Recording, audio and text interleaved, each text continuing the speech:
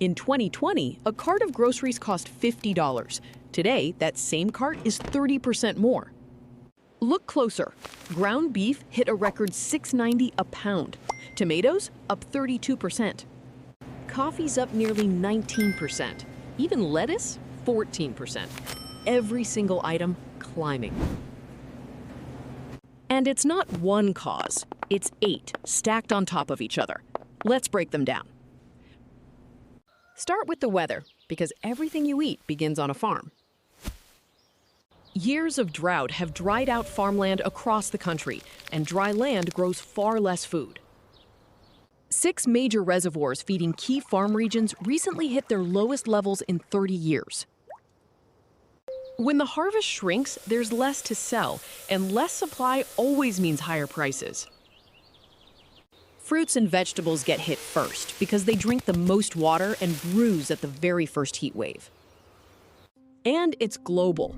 Drought and heat are squeezing coffee, chocolate, and olive oil all at once. But no aisle got hit harder than the meat counter. Beef is up nearly 13% in a single year, and wholesale prices sit at all-time highs. The reason is stark. The American cattle herd just shrank to its smallest size in 75 years. Drought made feed and water expensive, so ranchers sold off their cows instead of feeding them.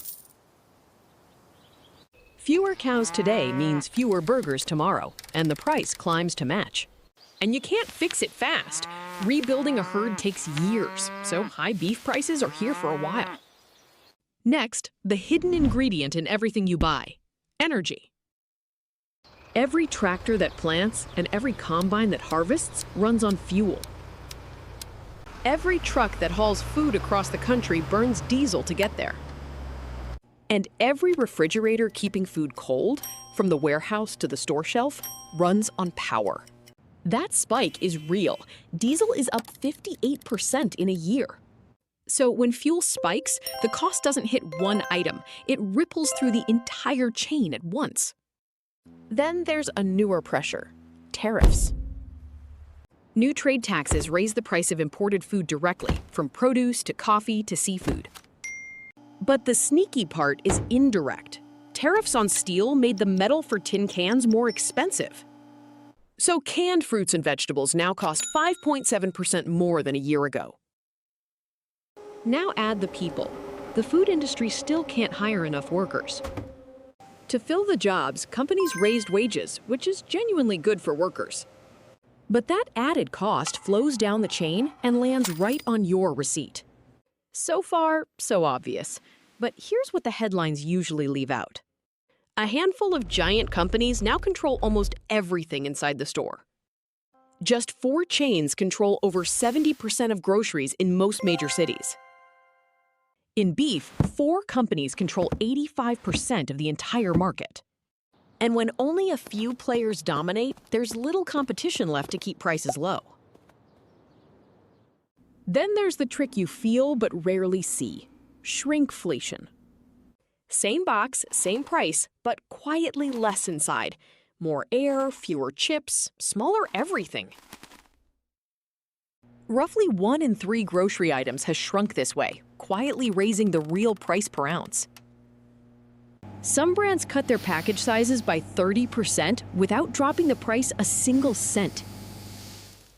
And with digital shelf tags, some stores can now change a price in a matter of seconds.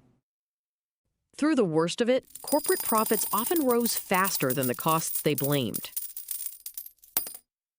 By now, this sounds hopeless, but here's the twist worth remembering.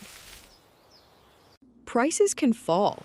Remember when eggs were the symbol of inflation? Once bird flu eased and the hens recovered, egg prices crashed straight back down.